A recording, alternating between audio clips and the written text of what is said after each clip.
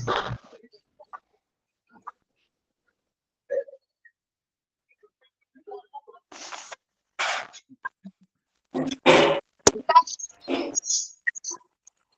afternoon, ma'am. Good afternoon, ma'am.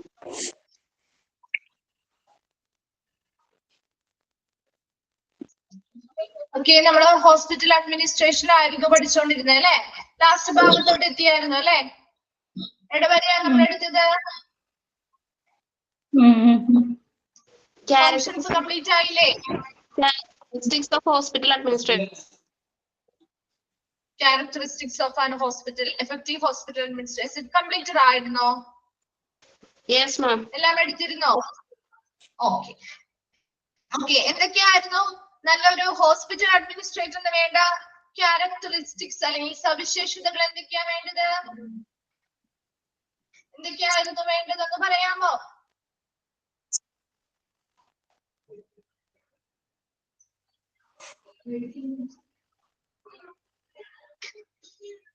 ഒന്ന് പറഞ്ഞേ, എന്തൊക്കെ ക്യാരക്ടറിസ്റ്റിക്സ് ആണ് വേണ്ടത് ഒരു എഫക്റ്റീവ് ആയിട്ടുള്ള ഒരു ഹോസ്പിറ്റൽ അഡ്മിനിസ്ട്രേറ്ററിന്?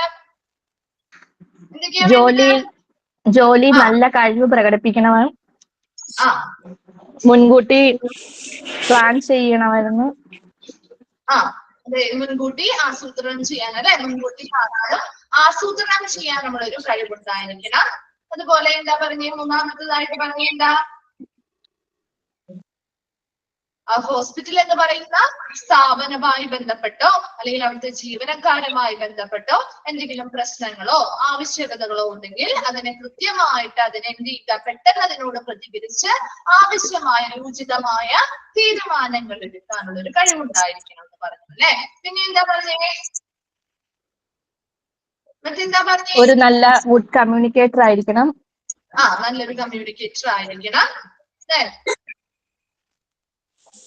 ഡെലിഗേറ്റ് വർക്ക് മറ്റുള്ളവർക്ക് എന്താ പറയുക, ജോലി ഏൽപ്പിച്ചു കൊടുക്കുക. അതുപോലെ സ്വന്തം ജോലി നല്ല രീതിയിൽ ചെയ്യുക. അതെ, സ്വന്തം സമയം അവരുടേതായ ജോലി സമയം കൃത്യമായിട്ട് വിനിയോഗിക്കാനായിട്ടുള്ള ഒരു കഴിവുണ്ടായിരിക്കണം. പിന്നെന്താ, പുതിയതായിട്ടുള്ള ക്രിയാത്മകമായിട്ടുള്ള ആശയങ്ങൾ പ്രൊഡ്യൂസ് ചെയ്യാനുള്ള ഒരു കഴിവുണ്ടായിരിക്കണം. അതുപോലെ എന്താണ്, റിസോഴ്സുകളെ വിഭവങ്ങളെ കൃത്യമായി കോർഡിനേറ്റ് ചെയ്യാനും ഓർഗനൈസ് ചെയ്യാനും ഡിസ്ട്രിബ്യൂട്ട് ചെയ്യാനും വിതരണം ചെയ്യാനുമുള്ള ഒരു കഴിവുണ്ടായിരിക്കണം അല്ലെ? അപ്പൊ ഇതൊക്കെ ഇത്രയും കാര്യങ്ങൾ നമ്മുടെ എന്താണ് ഒരു നല്ല characteristics of an effective hospital administration ആണ് പറഞ്ഞത്. നമ്മൾ നെക്സ്റ്റ് പറയാൻ പോകുന്നതാണ് ബില്ലിംഗ് സ്പെഷ്യലിസ്റ്റ്.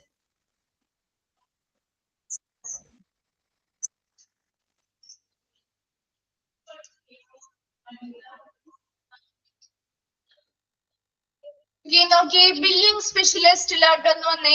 ലാസ്റ്റ് ഭാഗമാണ് നമ്മുടെ ഈ ഒരു ചാപ്റ്ററിന്റെ ലാസ്റ്റ് ഭാഗമാണ് കേട്ടോ, ബില്ലിംഗ് സ്പെഷ്യലിസ്റ്റ്. അപ്പൊ ബില്ലിംഗ് സ്പെഷ്യലിസ്റ്റിനെ മറ്റൊരു പേരിൽ കൂടി അറിയപ്പെടുന്നുണ്ട്, അതാണ് ബില്ലിംഗ് ക്ലർക്ക്. അപ്പൊ ആ പേരൊന്ന് നോട്ട് ചെയ്ത് വെച്ചോട്ടോ. ലാസ്റ്റ് ഭാഗത്ത് നമുക്ക് ക്ലർക്ക് എന്നുള്ള വേർഡ് യൂസ് ചെയ്യുന്നുണ്ട്, അപ്പൊ ഒരു കൺഫ്യൂഷൻ വരാതിരിക്കാൻ വേണ്ടിയാ പറയുന്നത്. ബില്ലിംഗ് സ്പെഷ്യലിസ്റ്റ് അല്ലെങ്കിൽ ബില്ലിംഗ് ക്ലർക്ക് എന്ന് കൂടി അറിയപ്പെടുന്നു. ഒന്ന് എഴുതി വെച്ചേ, billing specialist or billing clerk കേട്ടോ. നോക്കിയേ, എന്താണ് ഒരു ബില്ലിംഗ് സ്പെഷ്യലിസ്റ്റിന്റെ പ്രധാന ജോലികൾ എന്ന് നോക്കിയേ. Billing specialist centres on preparing bills and invoices. എന്താണ് ബിൽസ് ആൻഡ് ഇൻവോയ്സുകള്? ഇൻവോയ്സ് ഒക്കെ പഠിച്ചതല്ലേ? പഠിച്ചിരുന്നോ? എന്താണ് അവ തമ്മിലുള്ള വ്യത്യാസം? പഠിച്ചതാണ് അല്ലെ? ഓക്കെ, ഒന്ന് പറഞ്ഞേ, ബിൽസ് ആൻഡ് ഇൻവോയ്സ് തമ്മിൽ എന്തെങ്കിലും വ്യത്യാസങ്ങൾ ഉണ്ടോ? ഒരു ഇൻവോയ്സ് എന്ന് പറയുമ്പോൾ എന്തായിരിക്കും? ഒരു നോർമൽ ബില്ലും ഒരു ഇൻവോയ്സ് ബില്ലുകളും തമ്മിലുള്ള വ്യത്യാസം എന്താ? ഒരു ഇൻവോയ്സ് ബില്ലും പേയ്മെന്റുകളുമായി ബന്ധപ്പെട്ട വ്യത്യാസങ്ങളുണ്ട്. ഓക്കെ, പിന്നെ എന്താണ്, ഡീറ്റെയിൽസിൽ എന്തെങ്കിലും വ്യത്യാസങ്ങളുണ്ടോ? കുറച്ചുകൂടി എക്സ്റ്റൻഡ് ആയിട്ടുള്ള ഒരു ഡീറ്റെയിൽഡ് ബില്ലാണ് ഇൻവോയ്സ് ബിൽ എന്ന് പറയുന്നത് അല്ലെ?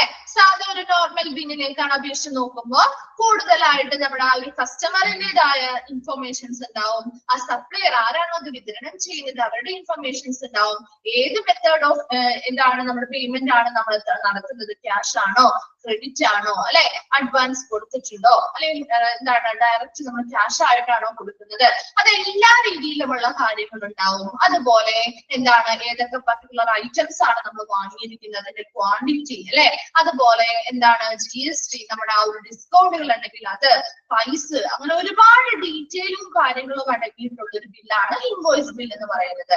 അതുപോലെ ഒരു ഇൻവോയ്സ് ബിൽ എന്ന് പറഞ്ഞാൽ നമ്മൾ സാധനം പർച്ചേസ് ചെയ്ത് കഴിഞ്ഞ് നമ്മൾ പേയ്മെന്റ് അടയ്ക്കുന്നതിന് മുൻപ് നമുക്ക് കിട്ടുന്ന ബില്ലാണ് ഇൻവോയ്സ് ബിൽ എന്ന് പറയുന്നത്. എന്നാൽ നമ്മളൊരു നോർമൽ ബില്ല് അങ്ങനെയാണോ, നമ്മൾ പണം അടച്ചതിന് ശേഷം തമ്മിലുള്ള കുറച്ച് ഡിഫറൻസ് എന്ന് പറയുന്നത്. മെറ്റീരിയൽസ് മാനേജ്മെന്റ് ഒക്കെ പഠിച്ചപ്പോ ഇൻവോയ്സ് ബില്ലുകളൊക്കെ പഠിച്ചിട്ടുണ്ടാവുമല്ലോ, അല്ലെ പഠിച്ചില്ലായിരുന്നോ? ചിലരൊക്കെ പറഞ്ഞു ഓൾറെഡി പഠിച്ചിട്ടുണ്ടെന്നുള്ളത്, അല്ലെ. അപ്പൊ അതിന്റെ കൂടുതൽ ഡീറ്റെയിൽസ് ഒന്നും നിങ്ങൾ പഠിക്കണ്ട, ഓൾറെഡി പറഞ്ഞിരിക്കുന്നത് കൊണ്ട് അതിന്റെ ഡീറ്റെയിൽസ് നമ്മൾ പറയേണ്ട കാര്യമില്ലല്ലോ. നോക്കി, അപ്പൊ ഇവിടെ ബില്ലിംഗ് സ്പെഷ്യലിസ്റ്റ് അല്ലെങ്കിൽ ബില്ലിംഗ് ക്ലർക്ക് എന്ന് പറയുന്നത് എന്ത് തയ്യാറാക്കണം, ബില്ലുകളും ഇൻവോയ്സുകളും തയ്യാറാക്കുക. ആൻഡ് മെയിൻറ്റെയിനിങ് ഫിനാൻഷ്യൽ റെക്കോർഡുകള്, സാമ്പത്തികപരമായ റെക്കോർഡുകള് പരിപാലിക്കുക. ആൻഡ് ലുക്കിംഗ് ഓവർ കോൺട്രാക്ട്സ്, കരാറുകളുമായി ബന്ധപ്പെട്ട കാര്യങ്ങളെല്ലാം നോക്കി നടത്തുക. And updating databases as requirements, ആവശ്യകതകൾക്കനുസരിച്ച് ആ ഡേറ്റാബേസുകൾ അപ് ടു ഡേറ്റ് ആയിട്ട് നിലനിർത്തുക. ഇതെല്ലാം ആരുടെ ഡ്യൂട്ടി അല്ലെങ്കിൽ ആരുടെ ജോലിയിൽ വരുന്നതാണ്? ഒരു ബില്ലിംഗ് സ്പെഷ്യലിസ്റ്റിന്റെ ജോലിയിൽ വരുന്നതാണ്. എന്തൊക്കെയാണോ? ബില്ലുകളും ഇൻവോയ്സുകളും തയ്യാറാക്കുക, ഫിനാൻഷ്യൽ റെക്കോർഡുകള്, സാമ്പത്തികപരമായ റെക്കോർഡുകള് മെയിൻറ്റെയിൻ ചെയ്യുക അല്ലെങ്കിൽ പരിപാലിക്കുക, ആൻഡ് കോൺട്രാക്ട്സ് അല്ലെങ്കിൽ കരാറുകളുമായി ബന്ധപ്പെട്ട കാര്യങ്ങൾ നോക്കി നടത്തുക. And updating databases as requirements, ആവശ്യകതകൾക്കനുസരിച്ച് ഡേറ്റാബേസുകൾ കൃത്യമായി അപ് ടു ഡേറ്റ് ആയിട്ട് നിലനിർത്തുക.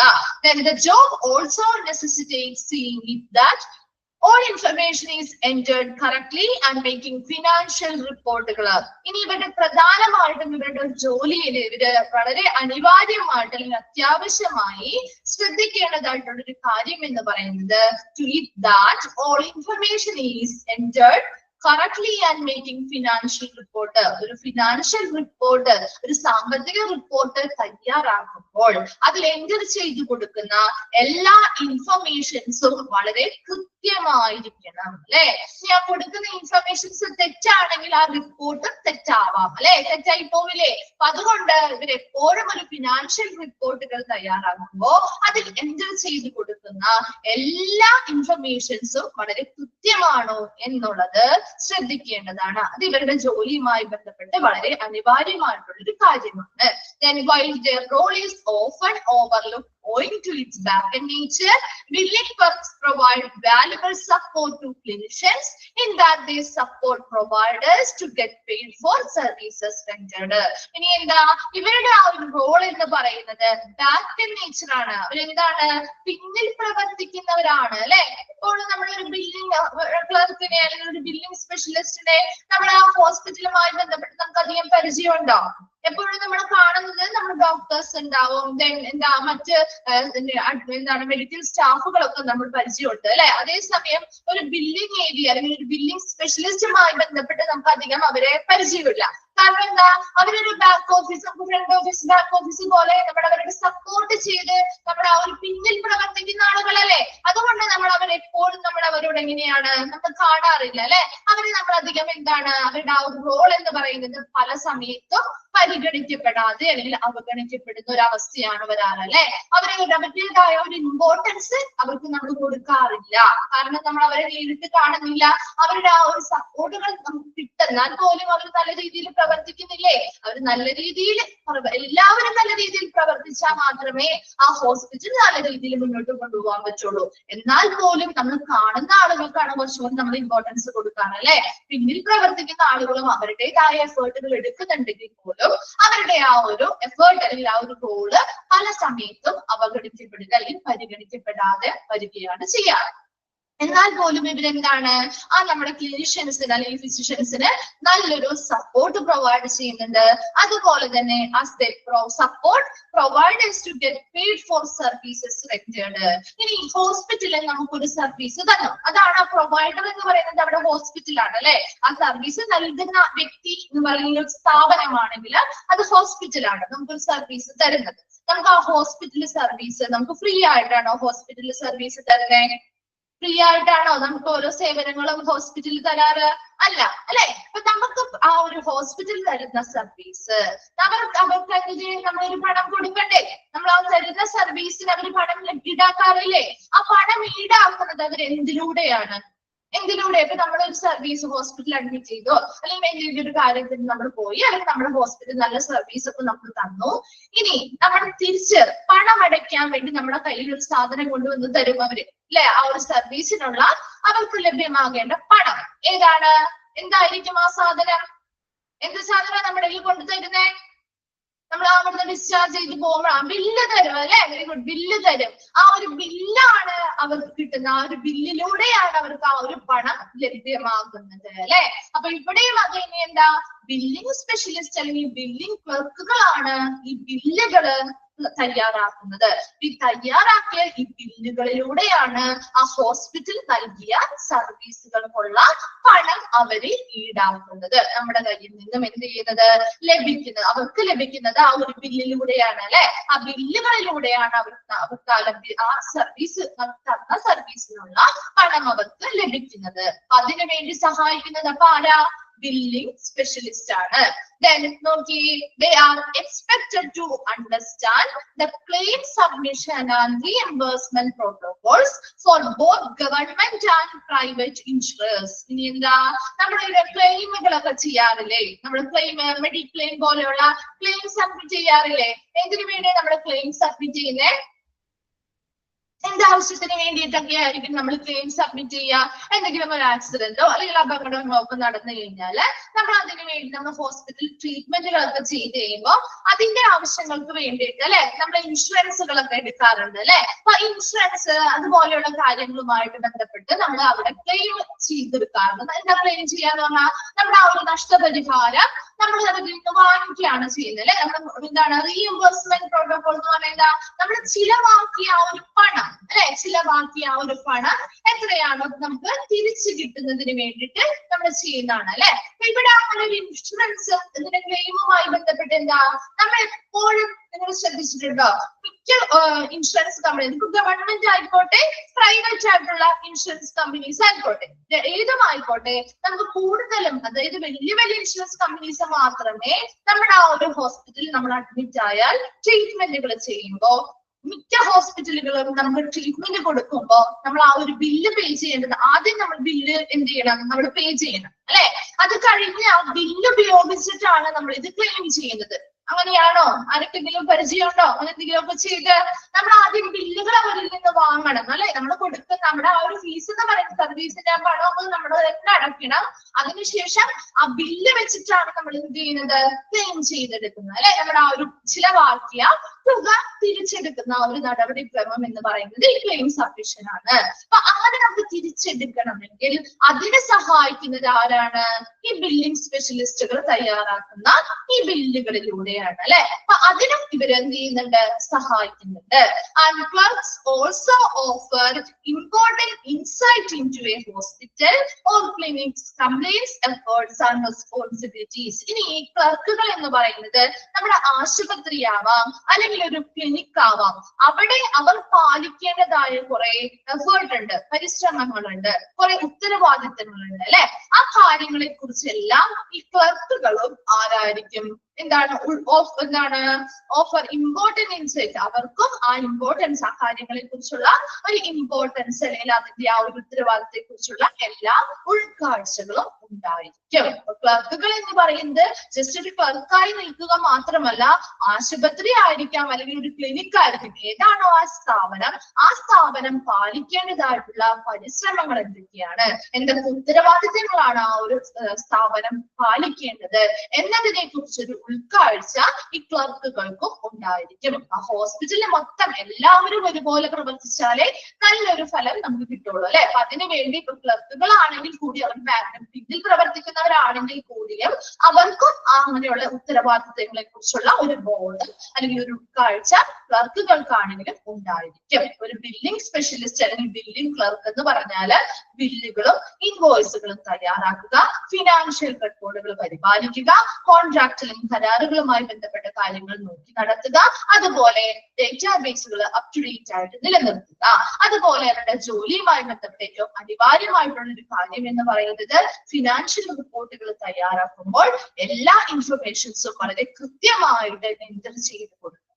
അതുപോലെ ഇവരുടെ ഒരു റോൾ എന്ന് പറയുന്നത് ഇവർ പിന്നിൽ പ്രവർത്തിക്കുന്നവരായതുകൊണ്ട് തന്നെ ഇവരുടെ ആ ഒരു റോൾ എന്ന് പറയുന്നത് പലപ്പോഴും പരിഗണിക്കപ്പെടാതെയാണ് വരാറ്. എന്നാൽ പോലും ഇവർ അവരുടേതായ ഡ്യൂട്ടി മാക്സിമം അവരുടെ എഫേർട്ട് എടുത്ത് ചെയ്യുന്നുണ്ട്. അതുകൊണ്ട് തന്നെ അത് ക്ലിനിഷ്യൻസിന് ഒരു വാല്യുബിൾ സപ്പോർട്ടുകൾ നടക്കുന്നുണ്ട്. അതോടൊപ്പം തന്നെ ആ സർവീസ് പ്രൊവൈഡ് ചെയ്യുമ്പോൾ ആ സർവീസ് നമ്മുടെ ഈ ഹോസ്പിറ്റലിൽ പ്രൊവൈഡ് ചെയ്ത് കൊടുക്കുമ്പോൾ ആ കൊടുക്കുന്ന ആ സർവീസിനുള്ള പ്രതിഫലം അല്ലെങ്കിൽ പണം തിരികെ ലഭിക്കുന്നത് എന്തിലൂടെയാണ്? ഈ ബില്ലിംഗ് സ്പെഷ്യലിസ്റ്റുകൾ തയ്യാറാക്കിയ ബില്ലുകളിലൂടെയാണ്. അതിനും ഇവർ സപ്പോർട്ട് ചെയ്യുന്നുണ്ട്. അതുപോലെ ക്ലെയിം സബ്മിഷൻ, നമ്മൾ ചിലവാക്കിയ തുക നമുക്ക് എന്താണ് ഗവൺമെന്റ് ആവാം അല്ലെങ്കിൽ പ്രൈവറ്റ് ഇൻഷുറൻസ് കമ്പനികളുമായി ബന്ധപ്പെട്ട് നമ്മൾ ക്ലെയിം സബ്മിഷൻ നടത്തണമെങ്കിൽ അവർക്ക് ചിലവാക്കിയ തുക പണം തിരികെ കിട്ടണമെങ്കിൽ നമ്മൾ ക്ലെയിം സബ്മിഷൻ ചെയ്യണം അല്ലെ. അതിന് നമ്മളെ ആരാ സഹായിക്കുന്നത്? ഈ ബില്ലുകൾ വെച്ചിട്ടാണ് നമ്മൾ ആ ക്ലെയിം സബ്മിറ്റ് ചെയ്യുന്നത്. അപ്പൊ ആ ബില്ലുകൾ തയ്യാറാക്കുന്നതിന് വേണ്ടി ഈ ബില്ലിംഗ് സ്പെഷ്യലിസ്റ്റുകൾ നമ്മളെ സഹായിക്കുന്നുണ്ട്. അതുപോലെ ഏതൊരു സ്ഥാപനമായിക്കോട്ടെ, ഒരു ആശുപത്രി ആയിക്കോട്ടെ, ഒരു ക്ലിനിക്സ് ആയിക്കോട്ടെ, ഇവയുമായി ബന്ധപ്പെട്ടവർ പാലിക്കേണ്ടതായിട്ടുള്ള എഫേർട്സ് എന്തൊക്കെയാണ്, എന്തൊക്കെ റെസ്പോൺസിബിലിറ്റികളും ഉത്തരവാദിത്തങ്ങളാണുള്ളത് എന്നതിനെ കുറിച്ചുള്ള ഒരു ഉൾക്കാഴ്ച ക്ലർക്കുകൾക്കും ഉണ്ടായിരിക്കും. ക്ലിയർ ആണോ ബില്ലിംഗ് സ്പെഷ്യലിസ്റ്റ്? ക്ലിയർ ആയോ? ഡൗട്ട്സ് ഉണ്ടോ? ഓക്കെ ആണ്. ഓക്കെ, അപ്പൊ നമ്മൾ ഈ ഒരു ചാപ്റ്റർ കംപ്ലീറ്റ് ആയിട്ടാ. ഹോസ്പിറ്റൽ അഡ്മിനിസ്ട്രേഷൻ എന്ന് പറയുന്ന ഒരു ചാപ്റ്റർ കംപ്ലീറ്റ് ആയി. സിമ്പിൾ ആയിട്ടുള്ള ഒരു ചാപ്റ്റർ അല്ലേ, നമുക്ക് വായിച്ച് മനസ്സിലാക്കി എടുക്കാൻ പറ്റുന്ന ഒരു ചാപ്റ്റർ കൂടിയല്ലേ അല്ലേ? ഓക്കെ, വായിക്കാറുണ്ടോ? വീട്ടിലിരുന്ന് പറയുന്നത് പോലെ വായിച്ച് മനസ്സിലാക്കാറൊക്കെ ഉണ്ടോ? ഓക്കെ, കുറച്ചു പേരൊക്കെ പറയുന്നുണ്ട്. Very good. ഓക്കെ, നമ്മൾ ഈ ഒരു ചാപ്റ്റർ കംപ്ലീറ്റ് ആയി. നമ്മൾ പറഞ്ഞിട്ടുണ്ടായിരുന്നു ഓരോ ചാപ്റ്റർ കഴിയുമ്പോൾ നമ്മൾ ആ ക്വസ്റ്റ്യൻസ് ഇപ്പൊ തരാറില്ല.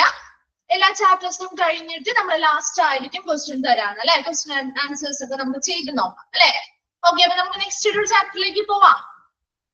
കഴിഞ്ഞ ദിവസം പറഞ്ഞിരുന്നു ഏത് ചാപ്റ്റർ എടുക്കാൻ പോകുന്നതെന്നൊക്കെ പറഞ്ഞിരുന്നു. എല്ലാവരും കയ്യിൽ കരുതിയിട്ടുണ്ടോ? നമ്മുടെ പബ്ലിക് റിലേഷൻസ് ഇൻ ഹോസ്പിറ്റൽ കേട്ടാ. പബ്ലിക് റിലേഷൻസ് 37 ആണല്ലേ നിങ്ങളുടെ നമ്പർ? 37 ആണ്. അപ്പൊ എല്ലാവരും ഒന്ന് ഇല്ലാത്തവരാണെങ്കിൽ നെക്സ്റ്റ് ഹൃദയ തുടങ്ങി കയ്യിൽ കരുതുക കേട്ടാ. പബ്ലിക് റിലേഷൻസ് ഇൻ ഹോസ്പിറ്റൽ കേട്ടോ. 3rd പേപ്പറില്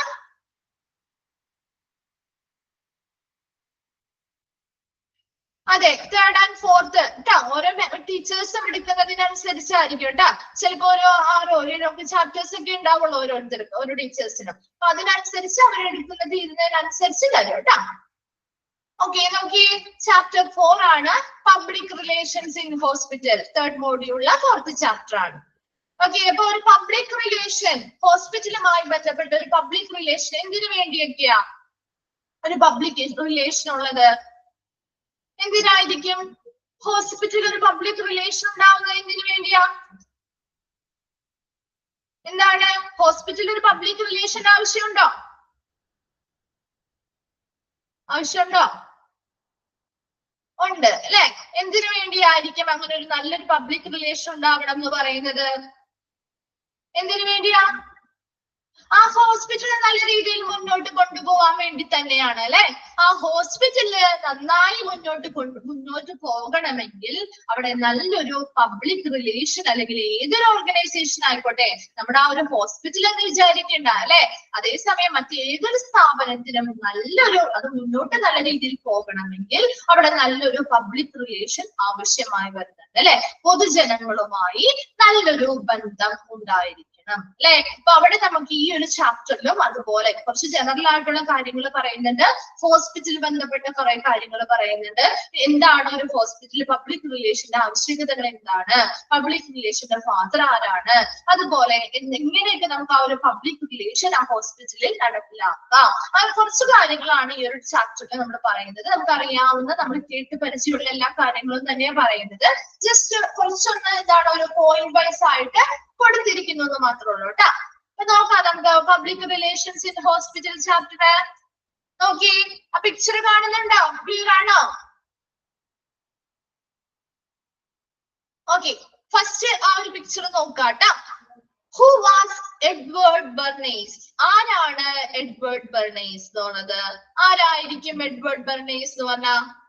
ആരായിരിക്കും? നിങ്ങളൊന്ന് ഗസ് ചെയ്ത് പറഞ്ഞേ, ആരായിരിക്കും? നമ്മൾ ആ പബ്ലിക് റിലേഷൻസ് ഇൻ ഹോസ്പിറ്റലില് ആദ്യം നമ്മൾ പഠിക്കാൻ പോകുന്ന വ്യക്തിയാണ് എഡ്വേർഡ് ബെർണേസ് എന്ന് പറഞ്ഞ. Very good. Father of public relation എന്നറിയപ്പെടുന്ന വ്യക്തിയാണ് എഡ്വേർഡ് ബെർണേസ്. ചോദിക്കാറുള്ള ക്വസ്റ്റ്യൻ ആണ് കേട്ടോ, ഇമ്പോർട്ടന്റ് ആണ്, നോട്ട് ചെയ്ത് വെക്കണം കേട്ടോ.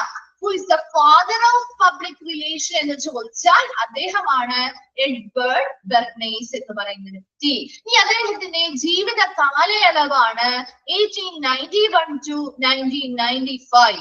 അദ്ദേഹം എത്ര വയസ്സ് വരെ ജീവിച്ചിരുന്നു?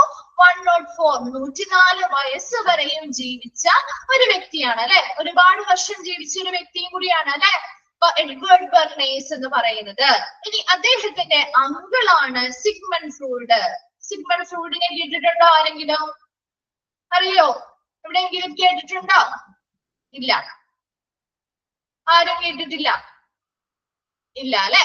ഓക്കെ, അദ്ദേഹം ഒരു ലോക പ്രശസ്തനായ മനഃശാസ്ത്രജ്ഞനാണ് ഈ സിഗ്മണ്ട് ഫ്രൂയിഡ് എന്ന് പറയുന്നത്. ഒത്തിരി എന്താണ് കുറെ അധികം എന്താണ് അദ്ദേഹത്തിന്റെ കുറെ കണ്ടെത്തലുകളും കാര്യങ്ങളൊക്കെ നമുക്ക് സൈക്കോളജിയുമായി ബന്ധപ്പെട്ടൊക്കെ പഠിക്കാനുണ്ട് കേട്ടോ. അപ്പൊ സിഗ്മണ്ട് ഫ്രൂയിഡ് എന്ന് പറഞ്ഞാൽ അദ്ദേഹത്തെ അറിയപ്പെടുന്നത് ഫാദർ ഓഫ് സൈക്കോ അനാലിസിസ് എന്നാണ്. ജസ്റ്റ് ഒന്ന് മനസ്സിലാക്കിയിരുന്നാൽ മതി, ചോദിക്കാറൊന്നുമില്ല കേട്ടോ. സിഗ്മണ്ട് ഫ്രൂയിഡ് അദ്ദേഹം തമ്മിലൊരു റിലേഷൻ ഉള്ളത് കൊണ്ട് അവരെ പറഞ്ഞിരിക്കുന്നു എന്ന് മാത്രം. അദ്ദേഹത്തിന്റെ എഡ്വേർഡ് ബെർണേസിന്റെ ഒരു അങ്കിളാണ്, അദ്ദേഹത്തിന്റെ അമ്മയുടെ സഹോദരനാണ് സിഗ്മണ്ട് ഫ്രൂയിഡ് എന്ന് പറയുന്നത്. ഇനി സിഗ്മണ്ട് ഫ്രൂയിഡ് എന്ന് പറഞ്ഞാൽ എന്താ? അദ്ദേഹം ഫാദർ ഓഫ് സൈക്കോ അനാലിസിസ് എന്നറിയപ്പെടുന്നു. അദ്ദേഹം ഒരു ലോക പ്രശസ്തനായ മനഃശാസ്ത്രജ്ഞൻ കൂടിയാണ്. അത്രയും ഒന്ന് മനസ്സിലാക്കി വെച്ചാൽ മതി നിങ്ങൾ. ഇനി നമുക്ക് അങ്ങനെ നേരെ തിരിച്ചു ചോദിച്ചൂടെ, ഈ സിഗ്മണ്ട് ഫ്രൂയിഡിന്റെ ആരാണ് എഡ്വേർഡ് ബെർണേസ്? ആരായിരിക്കും എഡ്വേർഡ് ബെർണേസ്? നേരെ തിരിച്ചു ചോദിച്ചാല് അങ്ങനെ ഒരു ക്വസ്റ്റ്യൻ വന്ന എന്ത് ചെയ്തു? ആരാണ് സിഗ്മണ്ട് ഫ്രൂയിഡിന്റെ ആരാണ് എഡ്വേർഡ് ബെർണേസ്? ആരാണ്? സഹോദരി പുത്രനാണ് അല്ലെ. സഹോദരി പുത്രനെ നമ്മൾ എന്താ പറയാ? നെഫ്യൂ അല്ലെ. നെഫ്യൂ ആണ് അല്ലെങ്കിൽ മരുമകനാണ് എന്ന് നമുക്ക് പറയാം അല്ലെ. അപ്പൊ ഇവിടെ രണ്ട് രീതിയിൽ ചോദിക്കാം. എഡ്വേർഡ് ബെർണേസിന്റെ അങ്കിൾ ആരാണ്? അതാരാ? സിഗ്മണ്ട് ഫ്രൂയിഡ് ആണ്. ഇനി സിഗ്മണ്ട് ഫ്രൂയിഡിന്റെ നെഫ്യൂ ആരാണെന്ന് ചോദിച്ചാൽ, അല്ലെങ്കിൽ മരുമകൻ ആരാണെന്ന് ചോദിച്ചാൽ അതാരാ? എഡ്വേർഡ് ബെർണേസ് ആണ്. ക്ലിയർ ആയോ ആ ഒരു പിക്ചറിലുള്ള കാര്യങ്ങള്? എന്തൊക്കെയാ പറഞ്ഞേ നമ്മള്? എഡ്വേർഡ് ബെർണേസ് എന്ന് പറയുന്നത് ഫാദർ ഓഫ് പബ്ലിക് റിലേഷൻ എന്നറിയപ്പെടുന്നു. പബ്ലിക് റിലേഷന്റെ പിതാവ് അല്ലെങ്കിൽ ഫാദർ എന്നറിയപ്പെടുന്ന വ്യക്തിയാണ് എഡ്വേർഡ് ബെർണേസ്. അദ്ദേഹത്തിന്റെ ജീവിത കാലയളവ് എന്ന് പറയുന്നത് 1891 മുതൽ 1995 വരെയാണ്. 104 ഇയേഴ്സോളം, വർഷങ്ങളോളം, അത് 104 വർഷത്തോളം ജീവിച്ച ഒരു വ്യക്തിയാണ് എഡ്വേർഡ് ബെർണേസ് എന്ന് പറയുന്നത്. അദ്ദേഹത്തിന്റെ അങ്കിളിന്റെ പേരാണ് സിഗ്മണ്ട് ഫ്രൂയിഡ് എന്ന് പറയുന്നത്. ഈ സിഗ്മണ്ട് ഫ്രൂയിഡ് എന്ന് പറയുന്ന വ്യക്തി ഒരു ലോക പ്രശസ്ത മനഃശാസ്ത്രജ്ഞനാണ്. അതുപോലെ അദ്ദേഹം അറിയപ്പെടുന്നത് ഫാദർ ഓഫ് സൈക്കോ അനാലിസിസ് എന്നും കൂടി അറിയപ്പെടുന്നു. ക്ലിയർ ആണല്ലോ. നെക്സ്റ്റ് ആ ഒരു പിക്ചർ നോക്കിയേ, ബോക്സ് ക്ലിയർ ആണോ? എല്ലാവർക്കും അത് വായിക്കാൻ പറ്റുന്നുണ്ടോ? ഓക്കെ, കിട്ടാത്ത പോയിന്റ്സോ കാര്യങ്ങളോ ഉണ്ടെങ്കിൽ നിങ്ങൾ ഇത് പറയുന്നതോടൊപ്പം ഒന്ന് നോട്ട് ചെയ്ത് വെച്ചാൽ മതി കേട്ടോ. നിങ്ങളുടെ ആ നോട്ടിൽ തന്നെ ഒന്ന് നോട്ട് ചെയ്ത് വെച്ചാൽ മതി കേട്ടോ. ചിലത് ചിലപ്പോ ചിലർക്കൊന്ന് വായിക്കാൻ ബുദ്ധിമുട്ടൊക്കെ തോന്നിയേക്കാം. അപ്പൊ ആ ഒരു നോട്ടിൽ ഒന്ന് അണ്ടർലൈൻ ചെയ്തോ അല്ലെങ്കിൽ ഒന്ന് നോട്ട് ചെയ്ത് വെച്ചാൽ മതി കേട്ടോ പറയുന്ന സമയത്ത്. ശ്രദ്ധിക്കാം കേട്ടോ. നോക്കിയേ, എഡ്വേർഡ് ബെർണേസ് അദ്ദേഹത്തെ കുറിച്ചുള്ള കുറച്ച് കാര്യങ്ങളാണ് പറയുന്നത്. ഫസ്റ്റ് പോയിന്റ് എന്ന് പറഞ്ഞാൽ നമ്മൾ പറഞ്ഞ കാര്യം തന്നെ എന്താണ്? The father of public relation എന്നറിയപ്പെടുന്നു അല്ലെ. ആരാണ്? Who is the father of public relation? Edward Bernays ആണ്. ദെൻ പേര് മറന്നു പോകരുത് കേട്ടോ. ആ ഒരു ഓപ്ഷനിൽ ഇപ്പൊ ചോദിക്കാനുള്ള ക്വസ്റ്റ്യൻ ആണ്, അതുകൊണ്ടാ പറയുന്നത് പബ്ലിക് റിലേഷന്റെ ഫാദർ ആരാണെന്ന് ചോദിക്കുമ്പോ ഇതിനോട് സാമ്യമുള്ള ഓപ്ഷൻസ് പലതും കാണും. അപ്പൊ അതിലേക്ക് പോവാതെ കൃത്യമായിട്ടുള്ള ആൻസർ കണ്ടുപിടിക്കാൻ നിങ്ങൾക്ക് പറ്റണം. അപ്പൊ അതുകൊണ്ട് ആ പേരൊന്ന് ബൈഹാർട്ട് ചെയ്ത് പഠിച്ചേക്കാം കേട്ടോ. നെക്സ്റ്റ് ആണ് coin public relations council. Public റിലേഷനുമായി ബന്ധപ്പെട്ട കൗൺസിൽ ആദ്യമായി ന്യൂയോർക്കിൽ രൂപീകരിച്ചു. ആരാ രൂപീകരിച്ചത്? എഡ്വേർഡ് ബെർണേസ് രൂപീകരിച്ചു. ഫസ്റ്റ് PR ബുക്ക്, പബ്ലിക് റിലേഷനുമായി ബന്ധപ്പെട്ട ആദ്യത്തെ ബുക്ക്, അദ്ദേഹം എഴുതിയ ആദ്യത്തെ ബുക്കാണ് ക്രിസ്റ്റലൈസിംഗ് പബ്ലിക് ഒപ്പീനിയൻ. ഒന്ന് അണ്ടർലൈൻ ചെയ്ത് വെച്ച്, വെരി വെരി ഇമ്പോർട്ടന്റ് ആണ്, ചോദിക്കാറുണ്ട് ആ ഒരു ബുക്കിന്റെ പേര്. പബ്ലിക് റിലേഷനുമായി ബന്ധപ്പെട്ട് അദ്ദേഹം എഴുതിയ ആദ്യത്തെ ബുക്കാണ് ക്രിസ്റ്റലൈസിംഗ് പബ്ലിക് ഒപ്പീനിയൻ എന്ന് പറയുന്നത്. And thought first PR course at New York university. New York യൂണിവേഴ്സിറ്റിയിൽ ആദ്യമായി PR കോഴ്സുകൾ പഠിപ്പിക്കാനായിട്ട് ആരംഭിച്ചു അല്ലെങ്കിൽ പഠിപ്പിക്കുകയും ചെയ്തു. Then first to call himself PR professional. അദ്ദേഹത്തെ സ്വയം എന്തെന്നാണ് വിശേഷിപ്പിച്ചത്? PR പ്രൊഫഷണൽ എന്ന് അദ്ദേഹത്തെ തന്നെ സ്വയം എന്ത് ചെയ്തു? വിശേഷിപ്പിച്ചു. എന്തൊക്കെ കാര്യങ്ങളാ പറഞ്ഞത്? എഡ്വേർഡ് ബെർണേസ് എന്ന് പറയുന്നത് the father of public relation എന്നറിയപ്പെടുന്നു. പബ്ലിക് റിലേഷന്റെ പിതാവ് എന്നറിയപ്പെടുന്ന വ്യക്തിയാണ് എഡ്വേർഡ് ബെർണേസ് എന്ന് പറയുന്നത്. ഇനി അദ്ദേഹം ന്യൂയോർക്കിൽ പബ്ലിക് റിലേഷൻ കൗൺസിലിന് ആദ്യമായി രൂപീകരിച്ചു അല്ലെങ്കിൽ രൂപം കൊടുത്തു. അദ്ദേഹത്തിന്റെ ഫസ്റ്റ് PR ബുക്ക് അല്ലെങ്കിൽ പബ്ലിക് റിലേഷനുമായി ബന്ധപ്പെട്ട ആദ്യത്തെ ബുക്കിന്റെ പേരാണ് ക്രിസ്റ്റലൈസിംഗ് പബ്ലിക് ഒപ്പീനിയൻ എന്ന് പറയുന്നത്. First PR course at New York university. New York യൂണിവേഴ്സിറ്റിയിൽ ആദ്യമായി PR കോഴ്സ് പഠിപ്പിക്കുകയും ചെയ്തു. And first call himself PR professional. അദ്ദേഹത്തെ തന്നെ സ്വയം എന്തെന്ന് വിശേഷിപ്പിച്ചത്? PR പ്രൊഫഷണൽ എന്ന് വിശേഷിപ്പിച്ചു. ക്ലിയർ ആണോ? ഒരു ബോക്സ് ഏതെങ്കിലും പോയിന്റ്സ് കിട്ടാത്തതുണ്ടോ? ഓക്കെ, ഇമ്പോർട്ടന്റ് ആണെന്ന് പറയുന്ന കാര്യം ഒന്ന് നോട്ട് ചെയ്ത് വെക്കണം കേട്ടോ. ഓക്കെ ആണല്ലോ. രണ്ട് കാര്യങ്ങൾ, നമ്മൾ ആ കുറച്ച് പോയിന്റ്സ് മാത്രമേ പറഞ്ഞുള്ളൂ അല്ലെ. അതിൽ ഇമ്പോർട്ടന്റ് ആയിട്ട് പറയുന്നത് ആ ഒരു അദ്ദേഹത്തിന്റെ ഫാദർ ഓഫ് പബ്ലിക് റിലേഷൻ ആരാണ്, അതുപോലെ തന്നെ അദ്ദേഹത്തിന്റെ അങ്കിളിന്റെ പേരൊന്ന് നോക്കി വെക്കുക കേട്ടോ. സിഗ്മണ്ട് ഫ്രോയിഡ് പ്രശസ്തനായ ഒരു വ്യക്തി ആയതുകൊണ്ടാണ് അദ്ദേഹം അവിടെ ആ റിലേഷൻ പറഞ്ഞിരിക്കുന്നത്. അതുപോലെ അദ്ദേഹമാണ് ആദ്യമായിട്ട് ന്യൂയോർക്കില് ഒരു പബ്ലിക് റിലേഷൻ കൗൺസിൽ രൂപീകരിച്ചത്. അതുപോലെ അദ്ദേഹത്തിന്റെ ഫസ്റ്റ് PR ബുക്ക് എന്ന് പറയുന്നത് ഏതാണെന്ന് ചോദിക്കാറുണ്ട്. ക്രിസ്റ്റലൈസിംഗ് പബ്ലിക് ഒപ്പീനിയൻ ആണ്. അതുപോലെ അദ്ദേഹം തന്നെ അദ്ദേഹത്തെ എന്തെന്ന് വിളിച്ചു? PR പ്രൊഫഷണൽ എന്ന് സ്വയം അദ്ദേഹത്തെ തന്നെ വിശേഷിപ്പിച്ചിരുന്നു. ഇത്രയും കാര്യങ്ങളാണ് നമുക്ക് ആ ഒരു ബോക്സിൽ നിന്ന് ഇമ്പോർട്ടന്റ് ആയിട്ട് പഠിക്കാനുള്ളത്. ഇനി നമ്മൾ നെക്സ്റ്റ് കടക്കാൻ പോകുന്ന ഡെഫിനിഷൻസ് ആണ്. എന്താണ് ഒരു പബ്ലിക് റിലേഷൻ? അതുമായി ബന്ധപ്പെട്ട് നമുക്ക് രണ്ട് ഡെഫിനിഷൻ ആണ് പഠിക്കാനുള്ളത്. നോക്കാം, ഇമ്പോർട്ടന്റ് ആണ്, ഒന്ന് മനസ്സിലാക്കി വെച്ചാൽ മതി കേട്ടോ. രണ്ട് ഡെഫിനിഷൻസ് തമ്മിൽ വ്യത്യാസങ്ങളുണ്ട്, അപ്പൊ നമുക്ക് തിരിഞ്ഞു പോകാനുള്ള ചാൻസ് ഇല്ല. മനസ്സിലാക്കി വെച്ചാലേ കിട്ടാവുന്ന കാര്യമുള്ളൂ. നോക്കി, ഫസ്റ്റ് ഒരു ജോൺ വില്ലറ്റ് എന്ന് പറയുന്ന വ്യക്തി പറഞ്ഞിരിക്കുന്ന ഒരു ഡെഫിനിഷൻ ആണ് പബ്ലിക് റിലേഷനെ കുറിച്ച്. നോക്കി, public relations means knowing what the public hopes for and explaining how administration is satisfying its desires. എന്താണ് പബ്ലിക് റിലേഷൻ എന്ന് പറയുന്നതിന്റെ അർത്ഥം എന്ന് പറഞ്ഞാൽ എന്താ? പൊതുജനങ്ങൾക്ക് എന്താണ് പ്രതീക്ഷിക്കുന്നത് അല്ലെ, പൊതുജനം അല്ലെങ്കിൽ പബ്ലിക് എന്താണ് അവർ നമ്മളിൽ നിന്ന് പ്രതീക്ഷിക്കുന്നത് അത് അറിയുകയും അതിനനുസരിച്ച് ആ ഭരണകൂടം അല്ലെങ്കിൽ അഡ്മിനിസ്ട്രേഷൻ ഇവരുടെ ഈ ആഗ്രഹങ്ങളെ എങ്ങനെ രൂപപ്പെടുത്തണം, എങ്ങനെ തൃപ്തിപ്പെടുത്തുന്നു എന്നുള്ള ഒരു വിശദീകരണമാണ് പബ്ലിക് റിലേഷൻ എന്ന് പറയുന്നത്. മനസ്സിലായോ വല്ലതും? ഒന്ന് ശ്രദ്ധിക്കാട്ടോ, ഒന്നുകൂടി പറയാം. അപ്പൊ പബ്ലിക് റിലേഷൻ എന്ന് പറയുന്നത് എന്താണ്? പ്രധാനമായിട്ടും അതിനൊരു എക്സാമ്പിൾ നമുക്ക് പറയാവുന്നത് നമ്മുടെ ഹോസ്പിറ്റലുകൾ ഒരുപാട് സർവീസ് നമുക്ക് പബ്ലിക്കിന് വേണ്ടി കൊടുക്കുന്നില്ലേ? ഒരുപാട് സർവീസ് കൊടുക്കുന്നുണ്ട് അല്ലെ. അപ്പൊ ഓരോ സർവീസും നമ്മുടെ ഹോസ്പിറ്റലിൽ കൊടുക്കുന്നത് ആരുടെ തൃപ്തിപ്പെടുത്തുന്നതിന് വേണ്ടി അല്ലെങ്കിൽ ആരുടെ പ്രതീക്ഷയ്ക്ക് അനുസരിച്ചായിരിക്കണം ഹോസ്പിറ്റൽ ഇങ്ങനെയുള്ള സർവീസ് കൊടുക്കേണ്ടത്? ആരുടെ പ്രതീക്ഷയ്ക്ക് അനുസരിച്ചായിരിക്കണം? ഹോസ്പിറ്റലിൽ സർവീസ് ആർക്ക് വേണ്ടിയാ കൊടുക്കുന്നത്? പബ്ലിക്, അതായത് പേഷ്യൻസ് പോലെയുള്ള എല്ലാവരും നമ്മുടെ പബ്ലിക് അല്ലേ, പൊതുജനങ്ങൾക്ക് വേണ്ടിയിട്ടാണ് ഓരോ സേവനങ്ങളും കൊടുക്കുന്നത് അല്ലെ. അപ്പൊ നമ്മുടെ ആ പബ്ലിക്കിന് വേണ്ടി കൊടുക്കുന്ന ഓരോ സർവീസും പബ്ലിക്കിന്റെ പ്രതീക്ഷയ്ക്ക് അനുസരിച്ചായിരിക്കണം അല്ലെ, അല്ലെങ്കിൽ അവരുടെ ആഗ്രഹങ്ങൾ നിറവേറ്റുന്ന രീതിയിൽ, അല്ലെങ്കിൽ അവരെ തൃപ്തിപ്പെടുത്തുന്ന രീതിയിലായിരിക്കണം. അപ്പൊ രണ്ട് കൂട്ടർക്കും ഒരു തൃപ്തി വേണം അല്ലെ, കൊടുക്കുന്ന സർവീസ് കൊടുക്കുന്നവർക്കും. അപ്പൊ രണ്ട് വിഭാഗമാണ് ഇവിടെ ഉള്ളത്, ഒരു ഹോസ്പിറ്റൽ എന്ന് പറയുന്ന ഒരു വിഭാഗവും പബ്ലിക് എന്ന് പറയുന്ന മറ്റൊരു വിഭാഗവും. ഇവര് രണ്ടുപേരും തമ്മിൽ നല്ല രീതിയിൽ എന്ത് ചെയ്യണം, ഒരുമിച്ച് കോർഡിനേറ്റ് ചെയ്ത് പോകണം അല്ലെ, അപ്പോഴല്ലേ നല്ല പബ്ലിക് റിലേഷൻഷിപ്പ് ഉണ്ടാവുള്ളൂ.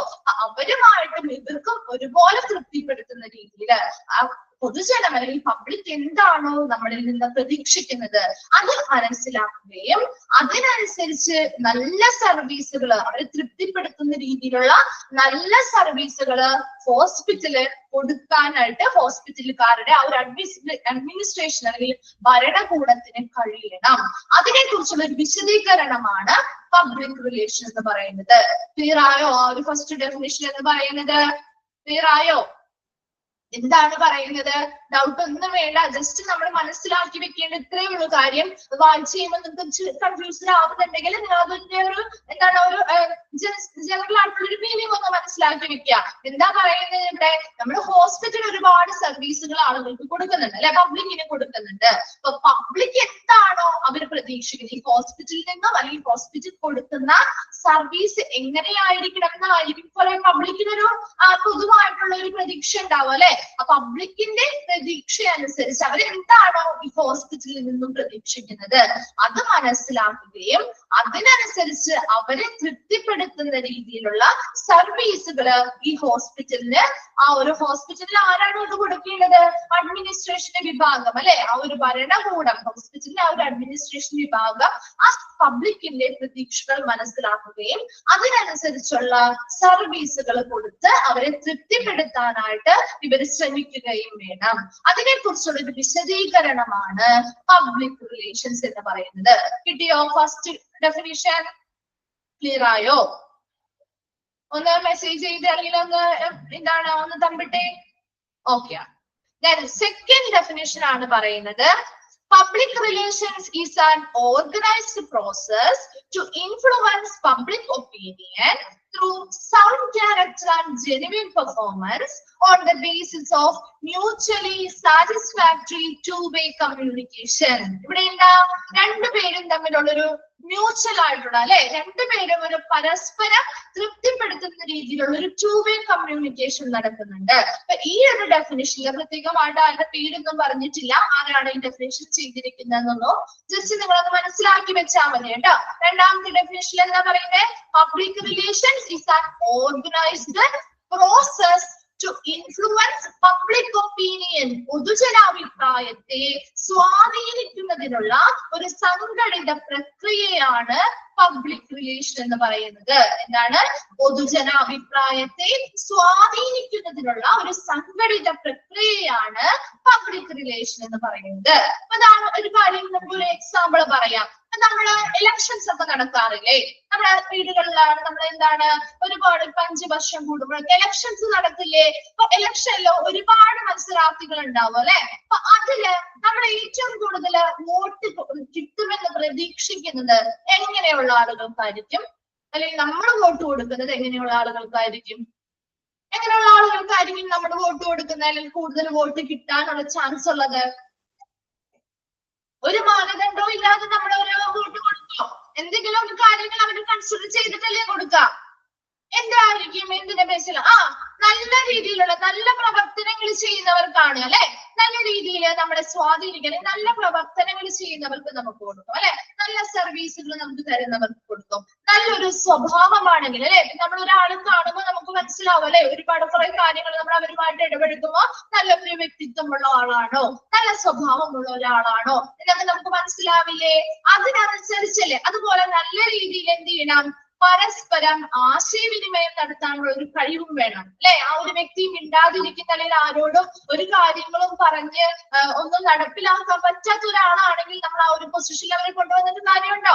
ഇല്ല അല്ലെ. അപ്പൊ നമ്മൾ എപ്പോഴും അങ്ങനെയുള്ള മാനദണ്ഡങ്ങൾക്കനുസരിച്ചാണ്. അപ്പൊ അതെന്താ? നമ്മുടെ പൊതുജനത്തിന്റെ ആ ഒരു അഭിപ്രായത്തെ അവർക്ക് സ്വാധീനിക്കാൻ കഴിഞ്ഞു.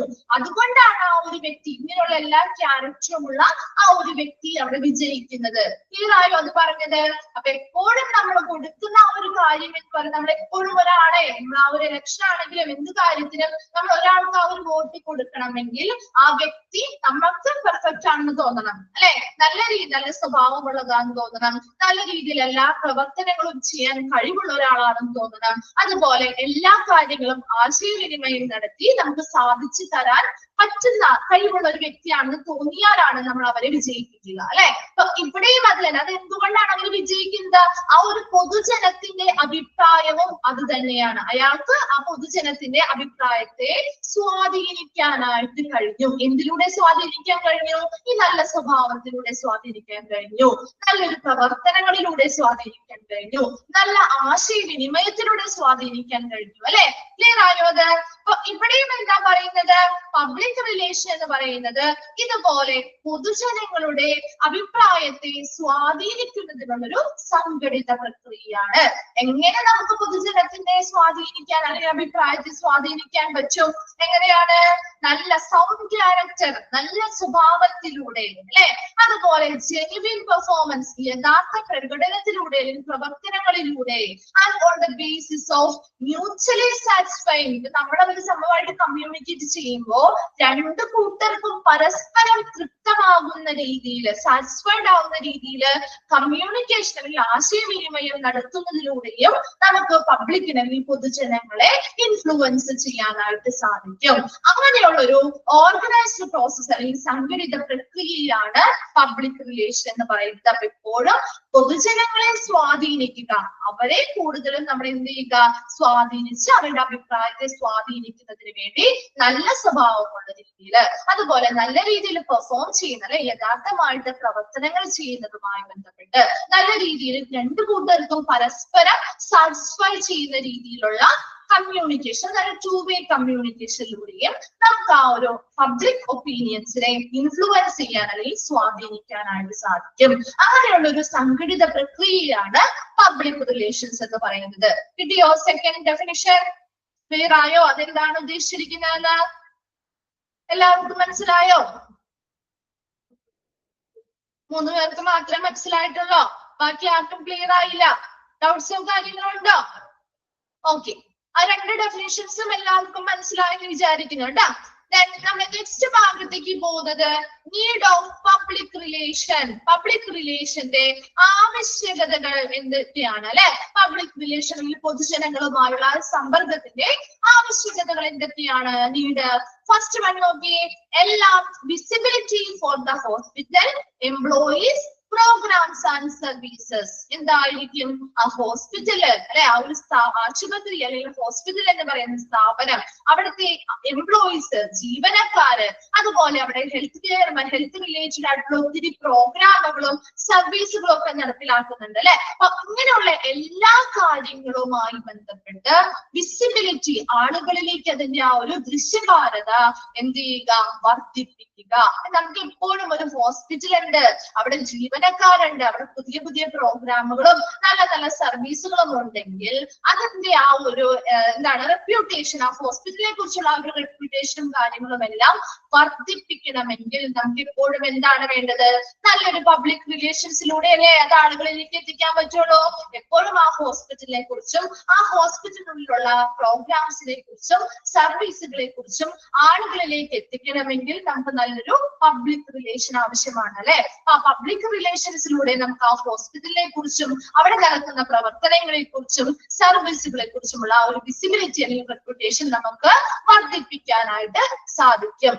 സെക്കൻഡ് പോയിന്റ് നോക്കിയേ, position the hospital as A health care leader and authority within the community or region. ഇപ്പൊ ഒരു കമ്മ്യൂണിറ്റിയുമായി ബന്ധപ്പെട്ടാവാം, അല്ലെങ്കിൽ ഒരു റീജിയൻ, ഒരു പ്രദേശവുമായി ബന്ധപ്പെട്ട് ഹെൽത്ത് കെയർ ലീഡർ അല്ലെങ്കിൽ ആരോഗ്യ സംരക്ഷണ നേതാവ് അല്ലെങ്കിൽ ഹെൽത്ത് കെയർ അതോറിറ്റി, ആരോഗ്യ സംരക്ഷണ അധികാരി എന്ന നിലയിൽ ആരെ സ്ഥാപിക്കണം എന്നാ പറയുന്നത്?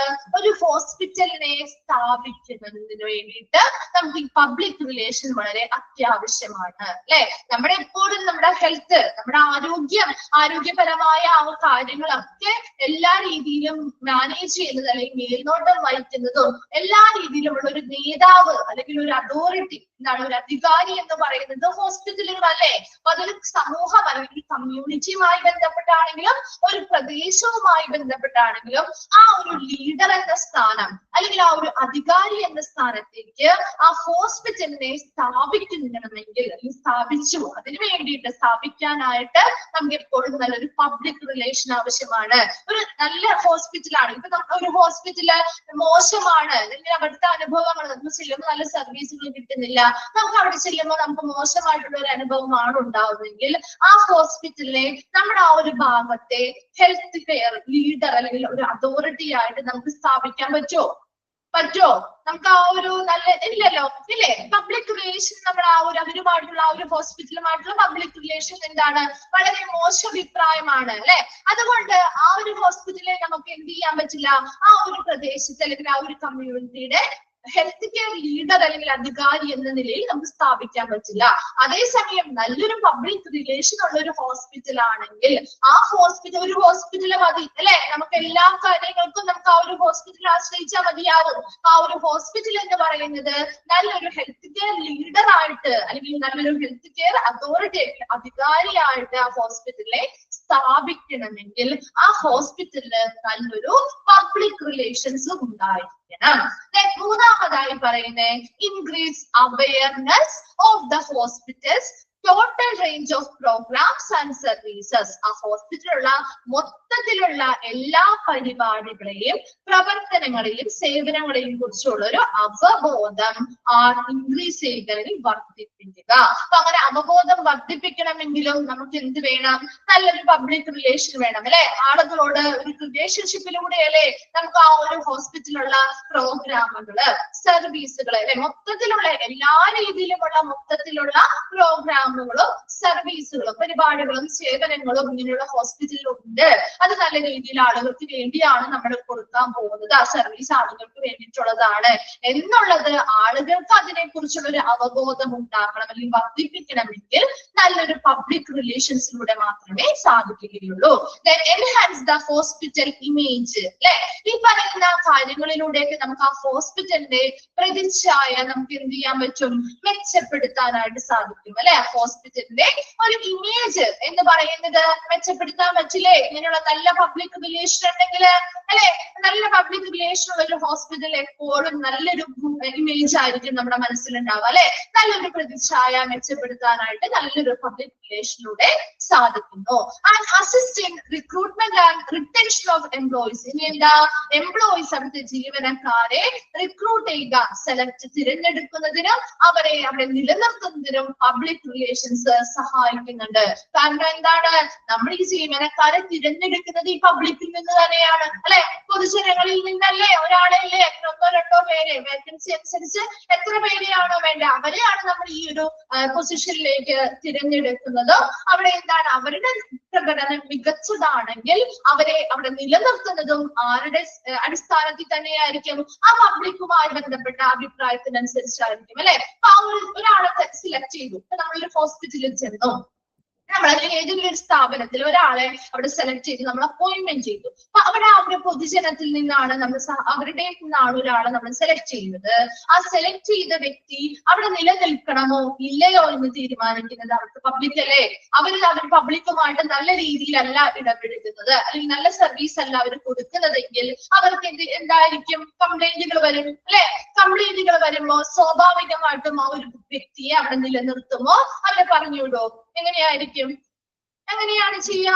ആ ഒരു നല്ല രീതിയിൽ അവര് ജോലി പോകും അല്ലെ. അപ്പൊ എപ്പോഴും അവരവിടെ നിലനിർത്തുന്നതും അവരെ സെലക്ട് ചെയ്ത് അവരെ ആ ഒരു ജോലിയിലേക്ക് എടുക്കുന്നതും അതുപോലെ അവിടെ അവരെ നിലനിർത്തുന്നതും നല്ലൊരു പബ്ലിക് റിലേഷൻസിലൂടെയാണ് അല്ലെ.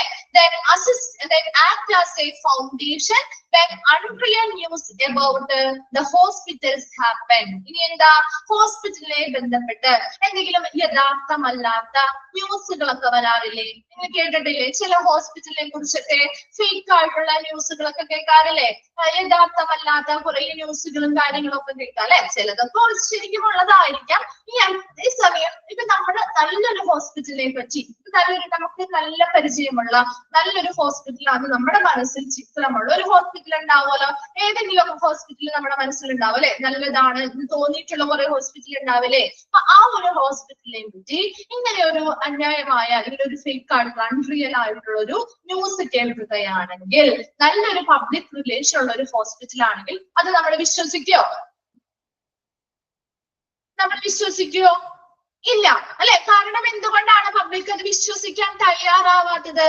അവർക്ക് നല്ലൊരു പബ്ലിക് റിലേഷൻ ഉള്ളത് കൊണ്ട് തന്നെ. ആ പബ്ലിക് റിലേഷൻ എന്ന് പറയുന്നത് അവരുടെ അടിസ്ഥാനമാണ് അല്ലെ, ഫൗണ്ടേഷൻ ആണ്.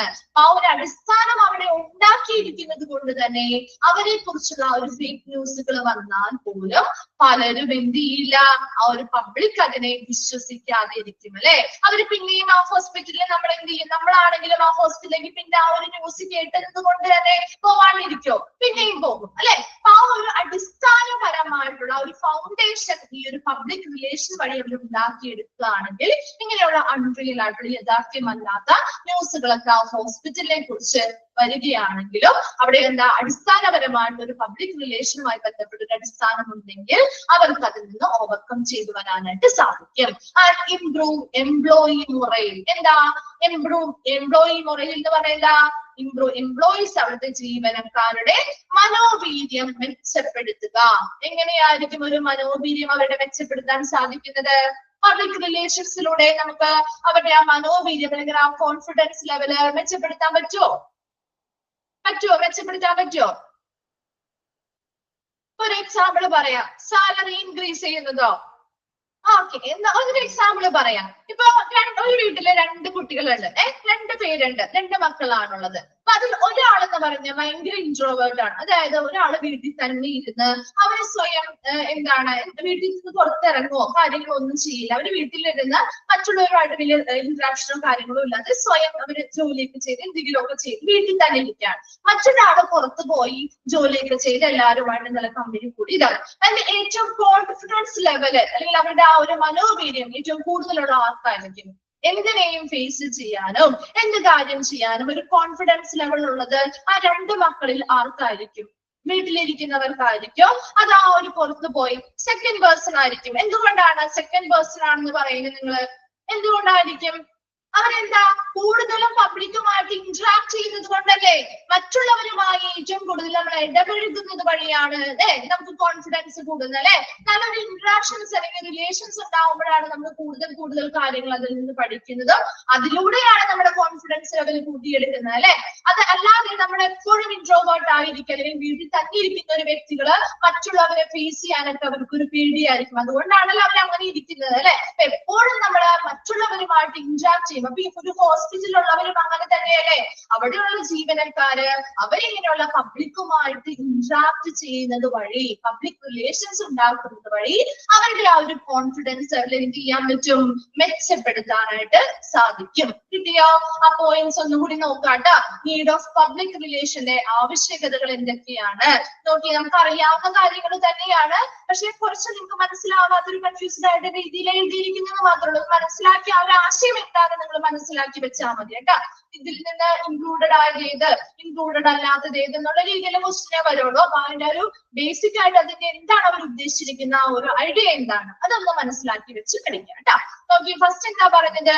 ആ ഹോസ്പിറ്റലിനെ കുറിച്ചും അവിടുത്തെ ജീവനക്കാരെ കുറിച്ചും ആ ഹോസ്പിറ്റലിലുള്ള പ്രോഗ്രാംസ് സർവീസുകളെ കുറിച്ചുമുള്ള ആ ഒരു അതിന്റെയൊക്കെ ആ ഒരു റെപ്യൂട്ടേഷൻ അല്ലെങ്കിൽ ആ ഒരു ദൃശ്യഭാരത വിസിബിലിറ്റി ആളുകളിലേക്ക് എത്തിക്കുന്നതുമായി ബന്ധപ്പെട്ട കാര്യങ്ങൾ വർദ്ധിപ്പിക്കുക. ആ ഒരു വിസിബിലിറ്റി അല്ലെങ്കിൽ റെപ്യൂട്ടേഷൻ വർദ്ധിപ്പിക്കുന്നത് വഴി എങ്ങനെയാണ് നമുക്ക് വർദ്ധിപ്പിക്കാൻ പറ്റുന്നത്? ആ ഒരു പബ്ലിക് റിലേഷൻസിലൂടെയാണ്. നല്ല രീതിയിലുള്ള ഒരു പബ്ലിക് റിലേഷൻ ഉണ്ടെങ്കിൽ ആ ഹോസ്പിറ്റലിനെ കുറിച്ചും അവിടുത്തെ ജീവനക്കാരെ കുറിച്ചും പ്രോഗ്രാമുകളെ സർവീസുകളൊക്കെ ആളുകളിലേക്ക് എത്തിക്കാനും അതുവഴി ആ ഹോസ്പിറ്റലിന്റെ റെപ്യൂട്ടേഷൻ വർദ്ധിപ്പിക്കാനും നമുക്ക് സാധിക്കും. രണ്ടാമതായി പറഞ്ഞത് ഹോസ്പിറ്റൽ അല്ലെങ്കിൽ ഒരു സ്ഥാപനം എന്നുള്ള നിലയ്ക്ക് ഒരു കമ്മ്യൂണിറ്റി ആവും അല്ലെങ്കിൽ ഒരു റീജിയൻ ഒരു പ്രദേശമാവും. ആ ഒരു പ്രദേശത്തിന്റെ അല്ലെങ്കിൽ ആ ഒരു കമ്മ്യൂണിറ്റിയുടെ ഹെൽത്ത് കെയർ ലീഡർ ആരോഗ്യ പരിചരണ നേതാവ് അല്ലെങ്കിൽ ഹെൽത്ത് കെയർ അതോറിറ്റി അധികാരി എന്ന നിലയ്ക്ക് ആ ഒരു ഹോസ്പിറ്റലിനെ സ്ഥാപിക്കണമെങ്കിൽ ആ ഹോസ്പിറ്റലിന് നല്ലൊരു പബ്ലിക് റിലേഷൻ ആവശ്യമാണ്. അങ്ങനെ നല്ലൊരു പബ്ലിക് റിലേഷൻ ഉള്ള ഒരു ഹോസ്പിറ്റൽ ആണെങ്കിൽ നമുക്കതിനെ ആ ഒരു ഭാഗത്തെ ആ ഒരു പ്രദേശത്തെ ഒരു ഹെൽത്ത് കെയർ ലീഡർ അല്ലെങ്കിൽ അധികാരി എന്ന നിലയിൽ നമുക്ക് സ്ഥാപിക്കാനായിട്ട് പറ്റും. മൂന്നാമതായി പറഞ്ഞത് ഹോസ്പിറ്റലിലെ മൊത്തത്തിലുള്ള എല്ലാ പരിപാടികളെ കുറിച്ചും സേവനങ്ങളെ കുറിച്ചും ആളുകളിൽ ഒരു അവബോധം ഉണ്ടാക്കണമെങ്കിൽ നല്ലൊരു പബ്ലിക് റിലേഷൻസിലൂടെ മാത്രമേ സാധിക്കുകയുള്ളൂ. നെക്സ്റ്റ് പറയുന്ന ഈ പറയുന്ന എല്ലാ കാര്യങ്ങളിലൂടെയും നമുക്ക് ഹോസ്പിറ്റലിനെ കുറിച്ചുള്ളൊരു മികച്ച ഇമേജ് അല്ലെങ്കിൽ മികച്ചൊരു പ്രതിച്ഛായ ഹോസ്പിറ്റലിന്റെ പ്രതിച്ഛായ മികച്ചതാക്കി മാറ്റാനായിട്ട് സാധിക്കുന്നു. നല്ലൊരു പബ്ലിക് റിലേഷൻ എപ്പോഴും ആവശ്യമാണ് അല്ലെ. നെക്സ്റ്റ് എന്താ നമ്മൾ പറഞ്ഞത്, assisting recruitment and retention of employees. ഓരോ ജീവനക്കാരെയും സെലക്ട് ചെയ്ത് തിരഞ്ഞെടുക്കുന്നതിനും അവരെ അവിടെ നിലനിർത്തുന്നതിനും നല്ലൊരു പബ്ലിക് റിലേഷൻസ് സഹായിക്കുന്നുണ്ട്. അതുപോലെ ഒരു അൺറിയൽ ആയിട്ടുള്ള അല്ലെങ്കിൽ ഫേക്ക് ആയിട്ടുള്ള ഒരു ഹോസ്പിറ്റലിനെ കുറിച്ച് അങ്ങനെ ഒരു വാർത്തകൾ വന്നാൽ അവിടെ ഒരു നല്ല പബ്ലിക് റിലേഷൻ അടിത്തറ ഉള്ള ഒരു ഹോസ്പിറ്റൽ ആണെങ്കിൽ അത് ആളുകൾ വിശ്വസിക്കാതിരിക്കുകയും ചെയ്യും അല്ലെ, വിശ്വസിക്കില്ല. അതുകൊണ്ട് തന്നെ ആ ഹോസ്പിറ്റലിന് അതിൽ നിന്ന് പെട്ടെന്ന് ഓവർകം ചെയ്യാനും വിശ്വസിക്കാത്തത് കൊണ്ട് തന്നെ കൂടുതൽ ആളുകൾ പിന്നെയും നമ്മൾ എന്ത് ചെയ്യും, ആ ഒരു വിശ്വാസം നമ്മളൊരു അടിത്തറയുള്ളത് കൊണ്ട് തന്നെ പിന്നെയും ആ ഫേക്ക് ന്യൂസുകൾക്ക് ചെവി കൊടുക്കാതെ നമ്മൾ ആ ഒരു ഹോസ്പിറ്റലിനെ തേടി പോവുകയും ചെയ്യും അല്ലെ. ഇംപ്രൂവ് എംപ്ലോയി മൊറയില് എന്താ, അവിടെയുള്ള ജീവനക്കാരുടെ മനോവീര്യം മെച്ചപ്പെടുത്തുക, അല്ലെങ്കിൽ അവരുടെ കോൺഫിഡൻസ് ലെവൽ മെച്ചപ്പെടുത്തുക. അങ്ങനെയുള്ള പബ്ലിക് റിലേഷൻസിലൂടെ ആളുകളുമായിട്ട് ഇടപഴകുന്നതിലൂടെ നല്ലൊരു കോൺഫിഡൻസ് ലെവൽ അവരുള്ള ജീവനക്കാർക്ക് ഉണ്ടാക്കിയെടുക്കാനായിട്ട് സാധിക്കുന്നു. ക്ലിയർ ആണോ? Need of public relation clear ആണോ? ഓക്കെ. നെക്സ്റ്റ് നമ്മൾ പറയാൻ പോകുന്നത് methods of maintaining public relation in the community. നമ്മുടെ ആ ഒരു കമ്മ്യൂണിറ്റിയില് നമ്മുടെ സമൂഹത്തില് ഒരു പബ്ലിക് റിലേഷൻ മെയിൻറ്റെയിൻ ചെയ്യുന്ന അല്ലെങ്കിൽ നിലനിർത്തുന്നതിനുള്ള രീതികൾ എങ്ങനെയാണ്? നമ്മുടെ കമ്മ്യൂണിറ്റിയിൽ നല്ല രീതിയിലുള്ള പബ്ലിക് റിലേഷൻ നമുക്ക് നിലനിർത്തണമെങ്കിൽ അതിന് കുറച്ച് രീതികളുണ്ട് അല്ലെ. എന്തൊക്കെ മെത്തേഡ്സിലൂടെ നമുക്ക് ആ ഒരു നല്ല പബ്ലിക് റിലേഷൻ മെയിൻറ്റെയിൻ ചെയ്യാൻ പറ്റും, നമ്മുടെ സമൂഹത്തിൽ മെയിൻറ്റെയിൻ ചെയ്യാൻ പറ്റും? അതിന് പ്രധാനമായിട്ടും 2 മെത്തേഡുകളിലൂടെയാണ് നമുക്കത് മെയിൻറ്റെയിൻ ചെയ്യാൻ പറ്റുന്നത്. ഒന്നാമത്തേതാണ് ഓപ്പറേറ്റീവ് മെത്തേഡ്, സെക്കൻഡ് വൺ ആണ് കമ്മ്യൂണിക്കേറ്റീവ് മെത്തേഡ്. ഓപ്പറേറ്റീവ് മെത്തേഡ് എന്ന് പറയുന്നത് എന്താ, പ്രവർത്തന രീതികള് അല്ലെ. നമ്മുടെ പ്രവർത്തനങ്ങളിലൂടെ നമുക്ക് പബ്ലിക് റിലേഷൻസ് നിലനിർത്താൻ സാധിക്കില്ലേ? പ്രവർത്തനങ്ങളിലൂടെ, നല്ല പ്രവർത്തനങ്ങളിലൂടെ നമുക്ക് നല്ലൊരു പൊതുജനവുമായിട്ടുള്ള ഒരു സമ്പർക്കം അല്ലെങ്കിൽ ഒരു ബന്ധം പുലർത്താൻ സാധിക്കില്ലേ? അതാണ് ഓപ്പറേറ്റീവ് മെത്തേഡ് എന്ന് പറഞ്ഞാൽ. രണ്ടാമത്തേതായിട്ടുള്ള ഒരു മെത്തേഡാണ് കമ്മ്യൂണിക്കേറ്റീവ് മെത്തേഡ്. കമ്മ്യൂണിക്കേറ്റീവ് മെത്തേഡ് എന്ന് പറയുമ്പോൾ എന്താ, പ്രവർത്തനമല്ലാതെയുള്ള മറ്റൊരു മെത്തേഡാണ് കമ്മ്യൂണിക്കേറ്റീവ് മെത്തേഡ്. നല്ല രീതിയിലുള്ള ആശയവിനിമയങ്ങളിലൂടെ അല്ലെ, നല്ല രീതിയിലുള്ള ആശയവിനിമയത്തിലൂടെ നമുക്ക് നല്ലൊരു പബ്ലിക് റിലേഷൻസ് നിലനിർത്താനായിട്ട് സാധിക്കും. 2 മെത്തേഡുകൾ നമുക്ക് കുറച്ച് കാര്യങ്ങൾ ഡീറ്റെയിൽഡ് ആയിട്ട് പഠിക്കാനുണ്ട് കേട്ടോ. അധികം വലിയ നമുക്കറിയാവുന്ന കുറച്ച് കാര്യങ്ങൾ മാത്രമേ ഉള്ളൂ. ഒന്നാമത്തത് ഓപ്പറേറ്റീവ് മെത്തേഡ്, രണ്ടാമത്തത് കമ്മ്യൂണിക്കേറ്റീവ് മെത്തേഡ്. ഇത് ഇമ്പോർട്ടന്റ് ആണ് കേട്ടോ, ചോദിക്കാറുണ്ട്. ഓപ്പറേറ്റീവ് മെത്തേഡ് 2 മെത്തേഡുകൾ ഏതാണെന്ന് ചോദിക്കും. അതിൽ ഇമ്പോർട്ടന്റ് ആയിട്ടുള്ള ഭാഗങ്ങൾ നമുക്ക് നോക്കാം കേട്ടോ. ഓക്കെ, ഓപ്പറേറ്റീവ് മെത്തേഡ് എന്താണെന്ന് ജസ്റ്റ് പറഞ്ഞു വെക്കാം. കഴിയാറായി, ജസ്റ്റ് എന്നൊരു ഓപ്പറേറ്റീവ് മെത്തേഡ് എന്താണെന്ന് പറഞ്ഞു വെക്കാം. These methods are basically related with every aspects of hospital operation, including those that are performed by workmen such as telephone operator, inquiry office personnel and admission office clerk. ഇവിടെ ആരൊക്കെയാണ് പ്രധാനമായിട്ടും പറഞ്ഞിരിക്കുന്നത്? Telephone operators, അതുപോലെ അതല്ലെങ്കിൽ inquiry office personal, inquiry ഓഫീസുമായി ബന്ധപ്പെട്ട ജീവനക്കാര്, and admission office ക്ലർക്കുകള്. ഇങ്ങനെയുള്ളവരും എല്ലാവരുടെയും, ഇങ്ങനെയുള്ള ആളുകളുടെ എല്ലാവരുടെയും പ്രവർത്തനങ്ങളിൽ ജോലിയുമായി അവിടെ എല്ലാം ഉൾപ്പെടുത്തിക്കൊണ്ട് ഇവരൊക്കെ എന്താണ്, ഒരു താഴെ നമ്മളൊരു ഹോസ്പിറ്റൽ എന്ന് പറയുമ്പോൾ നമ്മുടെ മനസ്സിലേക്ക് വരുന്നത് ആരൊക്കെയാ? പ്രധാനമായിട്ടും ഒരു ഡോക്ടർ വരും അല്ലെ, പിന്നെ ആരാ വരാ? മറ്റ് മെഡിക്കൽ സ്റ്റാഫുകൾ വരും. പിന്നെ ആരൊക്കെ വരും? നമ്മുടെ ഹോസ്പിറ്റൽ എന്ന് പറയുമ്പോൾ നമ്മുടെ മനസ്സിലേക്ക് ഒരു കുറച്ച് വ്യക്തികൾ, നഴ്സസ് വരും, മെഡിക്കൽ സ്റ്റാഫുകൾ വരും. അത് കുറച്ച് പേരെയാണ് നമ്മുടെ മനസ്സിലേക്ക് എത്തുന്നത് അല്ലെ. ഫ്രണ്ട് ഓഫീസ് സ്റ്റാഫുകൾ വരും. അത് കുറച്ച് നമ്മളെപ്പോഴും കാണുന്ന ആളുകളല്ലേ നമ്മുടെ മനസ്സിലേക്ക് വരിക. അതുപോലെ ഇതേ സമയം ടെലിഫോൺ ഓപ്പറേറ്റർ ആയിക്കോട്ടെ, ഒരു എൻക്വയറി ഓഫീസ് പേഴ്സണൽ ആയിക്കോട്ടെ, ഒരു അഡ്മിഷൻ ഓഫീസർ ക്ലർക്ക് ആയിക്കോട്ടെ, ഇവയെല്ലാം താഴെത്തട്ടിൽ ചെയ്യുന്ന ജീവനക്കാരാണ് അല്ലെ, താഴെത്തട്ടിലുള്ള ജോലി ചെയ്യുന്ന ജീവനക്കാരാണ്. ഇന്ന് മുതല് ഏറ്റവും മുകളിലുള്ള ലെവലിലുള്ള ആളുകൾ എല്ലാവരും, അങ്ങനെയുള്ള എല്ലാവരും ചെയ്യുന്ന പ്രവർത്തനങ്ങൾ അല്ലെങ്കിൽ ജോലികൾ അവ എല്ലാം മികച്ചതാണെങ്കിൽ മാത്രമേ ആ ഒരു ഹോസ്പിറ്റലിൽ നല്ല രീതിയിൽ മുന്നോട്ട് പോകാൻ പറ്റുള്ളൂ അല്ലെ. ഒരു കൂട്ടിന് മാത്രം ഇപ്പൊ നമ്മൾ കാണുന്ന അല്ലെങ്കിൽ നമ്മളോട് ഇന്ററാക്ട് ചെയ്യുന്ന ഡയറക്റ്റ് കോണ്ടാക്റ്റിൽ വരുന്നവരാണ് നമ്മൾ ഈ പറഞ്ഞവരൊക്കെ അല്ലെ. നമുക്ക് കൂടുതൽ ഫെമിലിയർ ആയിട്ടുള്ളത് നമ്മളോട് നേരിട്ട് കോണ്ടാക്റ്റിൽ വന്ന് ചെയ്യുന്നവരല്ലേ, പരിചരണം തരുന്നവർക്കല്ലേ നമുക്ക് കൂടുതൽ ഇമ്പോർട്ടൻസ് നമ്മൾ കൊടുക്കാറ്. അപ്പൊ അവര് മാത്രമല്ല, അവരുടെ കീഴിൽ പ്രവർത്തിക്കുന്ന ഈ ടെലിഫോൺ ഓപ്പറേറ്റേഴ്സ് ആണെങ്കിലും ഇൻക്വയറി ഓഫീസ് പേഴ്സണൽസ് ആണെങ്കിലും അഡ്മിഷൻ ഓഫീസർ ക്ലർക്കുകളാണെങ്കിലും ഇവരുടെ എല്ലാവരുടെയും ജോലിയും കൂടി ഉൾപ്പെട്ടിട്ടുള്ള എല്ലാ ഹോസ്പിറ്റലിലെ എല്ലാ വശങ്ങളും ഉൾപ്പെടുന്ന പ്രവർത്തനങ്ങൾ എന്തുമായി ബന്ധപ്പെട്ടിരിക്കുന്നു, അതിന്റെ എല്ലാത്തിന്റെയും പ്രവർത്തനങ്ങൾ എന്ന് പറയുന്നത് ഏറ്റവും അടിസ്ഥാനപരമായി എന്തുമായിട്ട് റിലേറ്റഡ് ആണ്, ഈ ഓപ്പറേറ്റിംഗ് മെത്തേഡുകളുമായിട്ട് റിലേറ്റഡ് ആണ്. അപ്പൊ അവിടെ എപ്പോഴും ആ ഹോസ്പിറ്റലിന്റെ എല്ലാ വശങ്ങളിൽ നിന്നുമുള്ള എല്ലാ പ്രവർത്തനങ്ങളും നമ്മുടെ ഈ ഒരു ഓപ്പറേറ്റിംഗ് മെത്തേഡിൽ വരുന്നുണ്ട്. ഇപ്പൊ നമ്മൾ പറഞ്ഞു ഓപ്പറേറ്റിംഗ് മെത്തേഡ് എന്ന് പറയുന്നത് പ്രവർത്തന രീതിയാണ്. അപ്പൊ ഹോസ്പിറ്റലിലെ ഒരു വിഭാഗത്തെ മാത്രമല്ല, അല്ലെങ്കിൽ രോഗിയുമായി ബന്ധപ്പെട്ട് ഡയറക്റ്റ് കോണ്ടാക്റ്റിൽ വരുന്നവർ മാത്രമല്ല ഇവിടെ ജോലി ചെയ്യുന്നത് അല്ലെങ്കിൽ പ്രവർത്തനങ്ങൾ നടത്തുന്നത്, മറിച്ച് ഈ പറയുന്ന താഴെ തട്ടിലുള്ള അവർ തുടങ്ങിയ ഈ ബാക്ക് ഓഫീസ് നമ്മൾ നേരിട്ട് കാണാത്ത, നേരിട്ട് സമ്പർക്കത്തിൽ വരാത്ത ആളുകൾ പോലും എന്ത് ചെയ്യുന്നുണ്ട്, നല്ല രീതിയിൽ അവരുടെയും കൂടി ആ ഒരു ജോലി അല്ലെങ്കിൽ അവരുടെയും കൂടി ആ പ്രവർത്തനങ്ങളെല്ലാം ഉൾപ്പെടുത്തിയിട്ടുള്ള ഹോസ്പിറ്റലിന്റെ എല്ലാ വശങ്ങളുടെയും പ്രവർത്തനങ്ങൾ അല്ലെ, എല്ലാ വശങ്ങളെയും പ്രവർത്തനങ്ങൾ ഉൾപ്പെടുത്തി അത് ഇതുമായിട്ട് എന്താണ്, അതെല്ലാം ഒരു ഓപ്പറേറ്റിംഗ് മെത്തേഡിന്റെ പ്രധാനമായിട്ട് അടിസ്ഥാനപരമായി വരുന്ന കാര്യങ്ങളാണ്. Then all those maintaining contact with patients as well as those working behind the screen share the same burden. ഇനി എന്താ, അവർ നേരിട്ട് ഇപ്പൊ നമ്മളാണെങ്കിലും നേരിട്ട് ആ പേഷ്യൻസുമായിട്ട് കോണ്ടാക്റ്റിൽ വരുന്ന ആളുകള് മാത്രം ചെയ്യുന്ന ജോലിയാണ്, പ്രവർത്തനങ്ങളാണ് നമ്മൾ കാണുന്നത്. അതേസമയം ബാക്ക് സൈഡ് സ്ക്രീൻ എന്താണ്, ബിഹൈൻഡ് ദ സ്ക്രീൻ, സ്ക്രീനിന് പിന്നിൽ പ്രവർത്തിക്കുന്നവര് അല്ലെ, ഒരുപാട് പേരുണ്ടല്ലോ സ്ക്രീനിന് പിന്നിൽ പ്രവർത്തിക്കുന്നവര്, നമുക്ക് നേരിട്ട് കോണ്ടാക്ട് ഇല്ലാത്തവര്, അവര് രണ്ടു കൂട്ടരും ഒരുപോലെ എന്താണ്, സെയിം ബേർഡൻ, ജോലി ഭാരം അല്ലെ, അവരൊരുപോലെ ആ ഒരു ഭാരം പങ്കിടുന്നുണ്ട് അല്ലെ. ഒരിക്കലും ഒരു ഗ്രൂപ്പിന്റെ മാത്രമുള്ള ഒരു റെസ്പോൺസിബിലിറ്റി അല്ലെങ്കിൽ ഡ്യൂട്ടി അല്ല ഇത് അല്ലെ. എപ്പോഴും എല്ലാവരും ഒരുപോലെ, ഇപ്പൊ നേരിട്ട് നമ്മൾ കോണ്ടാക്റ്റിൽ വരുന്ന ആളുകളാണെങ്കിലും അതിന്റെ ബിഹൈൻഡ് ദ സ്ക്രീൻ, പിന്നിൽ നിൽക്കുന്ന, സ്ക്രീനിന് പിന്നിൽ നിൽക്കുന്ന പ്രവർത്തിക്കുന്നവരാണെങ്കിലും ഒരുപോലെ അവരുടെ പ്രവർത്തനങ്ങൾ മുന്നോട്ട് പോയാൽ മാത്രമേ നല്ലൊരു ഹോസ്പിറ്റലില് മുന്നോട്ട് പോകാനായിട്ടുള്ള നല്ലൊരു റിസൾട്ട് നമുക്ക് ഉണ്ടാവുള്ളൂ. എപ്പോഴും ഇവരുടെ ഫ്രണ്ടിലോ എന്താണ് കോണ്ടാക്റ്റിൽ വരുന്നവരാണെങ്കിലും അതിന് പിന്നിൽ നിന്ന് പ്രവർത്തിക്കുന്നവരാണെങ്കിലും അവരുടെ പ്രവർത്തനങ്ങൾ എപ്പോഴും മികച്ചതാണെങ്കിൽ നമുക്ക് അതുവഴി നല്ലൊരു പൊതുജന ബന്ധം, പബ്ലിക് റിലേഷൻസ് ഉണ്ടാക്കിയെടുക്കാനായിട്ട് സാധിക്കും. അപ്പൊ അതൊരു വ്യക്തിയുടെ മാത്രമല്ല, ഒരു താഴെ തട്ടിൽ മുതല് ഏറ്റവും ഉയരത്തിൽ നിൽക്കുന്ന ഓരോ ജീവനക്കാരും, അതായത് ആ ഹോസ്പിറ്റലിന്റെ എല്ലാ വശങ്ങളിൽ നിന്നുമുള്ള എല്ലാ പ്രവർത്തനങ്ങളുടെയും അടിസ്ഥാനമാണ് ഓപ്പറേറ്റിംഗ് മെത്തേഡുകൾ എന്ന് പറയുന്നത്, പ്രവർത്തന രീതികൾ എന്ന് പറയുന്നത്. അല്ലെ, ഇവിടെ എല്ലാ ഭാഗത്തു നിന്നുള്ള പ്രവർത്തനങ്ങളും ഇതിൽ ഉൾപ്പെടുന്നുണ്ട്. അങ്ങനെ എല്ലാ ഭാഗത്തു നിന്നുള്ള പ്രവർത്തനങ്ങളും ഒരുപോലെ എല്ലാവരും ഒരേപോലെ ആ ഒരു ജോലി ഭാരം പങ്കിട്ടെടുത്ത് ഒരുപോലെ പ്രവർത്തിച്ചാൽ മാത്രമേ നല്ല രീതിയിൽ നമുക്ക് ആ ഒരു പബ്ലിക് റിലേഷൻസ് ഉണ്ടാക്കിയെടുക്കാൻ സാധിക്കുള്ളൂ. ക്ലിയർ ആയോ? അത് ക്ലിയർ ആയോ?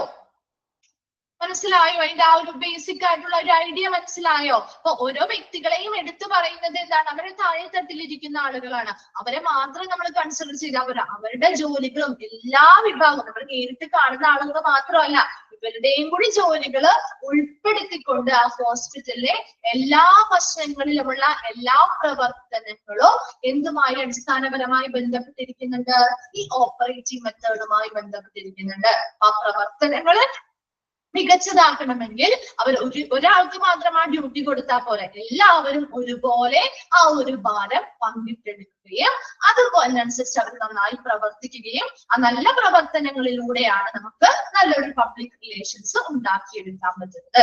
നമ്മൾ ഹോസ്പിറ്റലിൽ ചെല്ലുമ്പോഴും അവിടുത്തെ ഓരോ ജീവനക്കാരും എങ്ങനെ നമ്മളോട് ബിഹേവ് ചെയ്യുന്നു, അല്ലെങ്കിൽ പെരുമാറുന്നു, എങ്ങനെയാണ് അവർക്ക് ഓരോ കാര്യങ്ങളും നമുക്ക് ചെയ്തു തരുന്നത്, അതിനനുസരിച്ചല്ലേ നമുക്ക് ആ ഒരു ഹോസ്പിറ്റലിനോടുള്ള ഒരു റിലേഷൻഷിപ്പ് വർദ്ധിപ്പിക്കുന്നത്. ഇപ്പൊ ഒരാളെങ്കിലും നമ്മളോട് മോശമായി പെരുമാറിയാലോ നമുക്ക് ആ ഒരു ഹോസ്പിറ്റലിനെ ഇഷ്ടാവോ?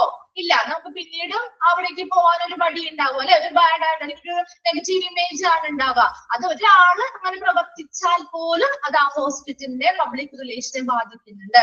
അതുകൊണ്ട് തന്നെ അങ്ങനെ ഒരു നെഗറ്റീവ് ആയിട്ടുള്ള രീതിയിൽ യാതൊരുവിധ ഒരു പബ്ലിക് റിലേഷനുമായി ബന്ധപ്പെട്ട് ബാധിക്കാത്ത രീതിയിൽ എല്ലാവരും ഒരുപോലെ എന്ത് ചെയ്യണം, പങ്കിട്ടെടുത്ത് നല്ല രീതിയിൽ പ്രവർത്തിച്ചുകൊണ്ട് നല്ലൊരു പബ്ലിക് റിലേഷൻ ഉണ്ടാക്കിയെടുക്കണം.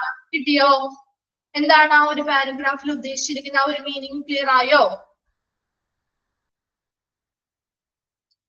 ഓക്കെ ആണോ? ഇത്രയും ഭാഗം എല്ലാവർക്കും ഓക്കെ ആണോ? ഓക്കെ. നെക്സ്റ്റ് ക്ലാസ്സിൽ വരുമ്പോ ഇത്രയും ഭാഗം ഒന്ന് വായിച്ച് മനസ്സിലാക്കി വരാം കേട്ടോ. ഡൗട്ട്സോ കാര്യങ്ങളോ ഉണ്ടെങ്കിൽ ചോദിക്കാം. Thank you.